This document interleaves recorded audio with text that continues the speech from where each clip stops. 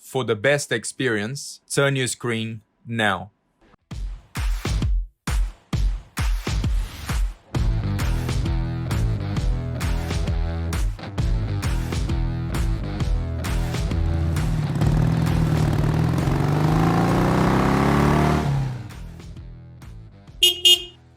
Hi guys, welcome to another Universal RideSafe session.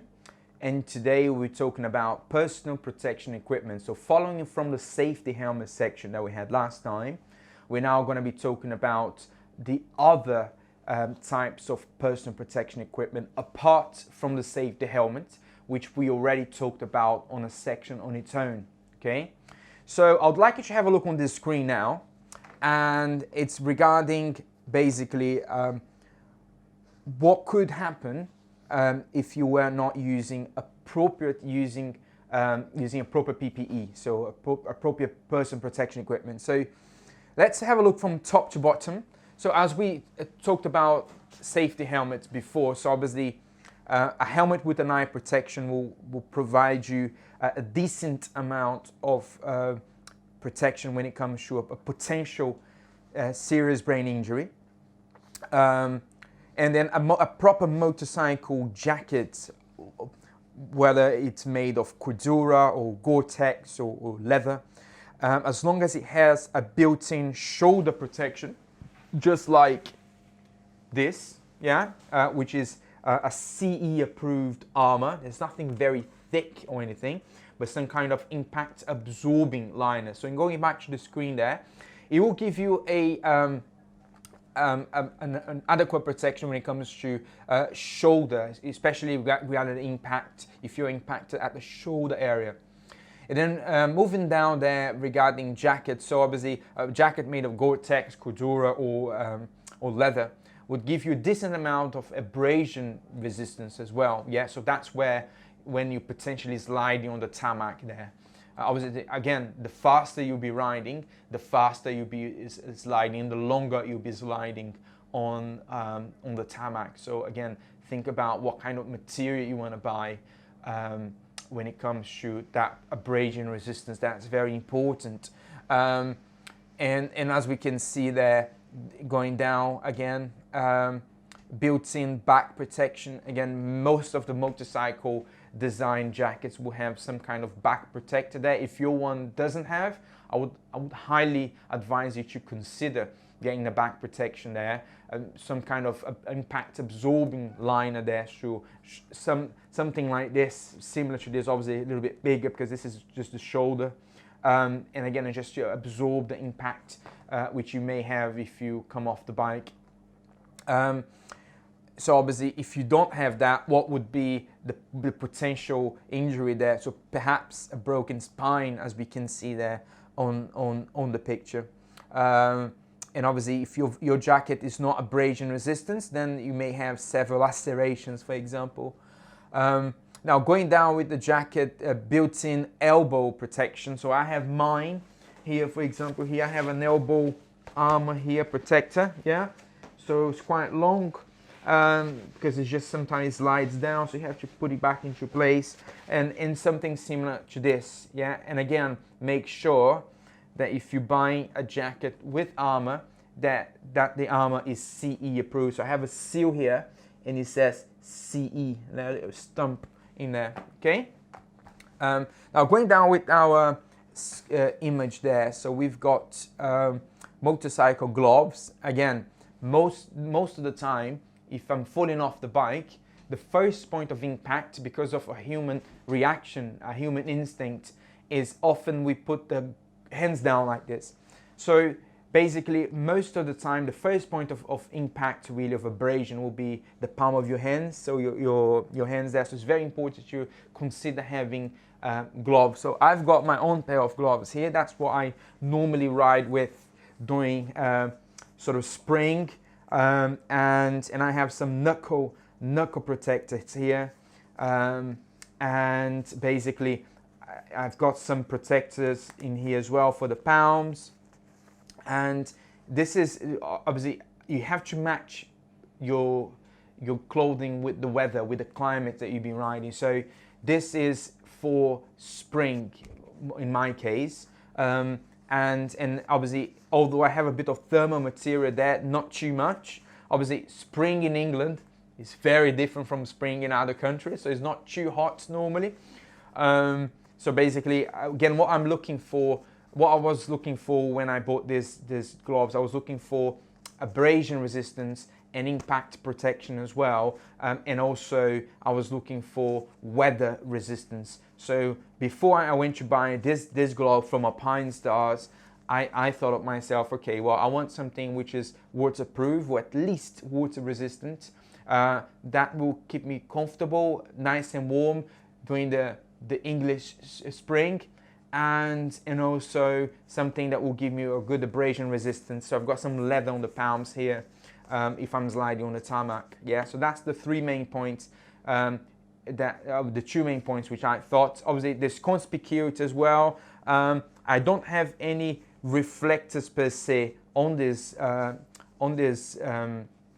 gloves, but some of the gloves will be reflective as well and fluorescent, etc. Yeah. So that's that when it comes to gloves. So moving on, motorcycle trousers. So basically, it's a long piece of equipment. So we've got to think that in more detail as well. And again, what would be the potential injuries that I may have without proper trousers? So, potentially having abrasion there, so lacerations, nerve damage, severe skin loss. So all of that can happen there. So how do I then reduce the risk to that? By wearing a proper motorcycle trousers. So again, that could be made of leather, Gore-Tex, Cordura, so textiles. And you may or may not have armor on your trousers. So in my trousers I do something similar to this. And again, armor, CE approved. Armor that especially around the knee, so built-in knee protector, okay? Now, lastly, we've got to think about our footwear, yeah? So especially boots. So, and why? Because we've got to think about ankle protection, toes protection, yeah? So again, let's view it between that three frameworks. So we're looking for an equipment which will give me a good abrasion and impact resistance. And then second point, I'm looking to at a boot that will give me a good weather resistance, so being waterproof or at least water resistant, having an anti-slippery sole, for example. And thirdly is about the visibility, so the conspicuity, yeah? So do I have a reflector or so in my boots or anything like that? So those are the three main elements, just going back to what we said on the section of the helmet, that I'm looking for regarding every single piece of equipment I'm buying for my bike, yeah? So whether it will aid me in being more visible, whether it will aid me to deal with the climate, so with the weather conditions, and whether it will aid me to reduce the risk of injury, yeah, to myself.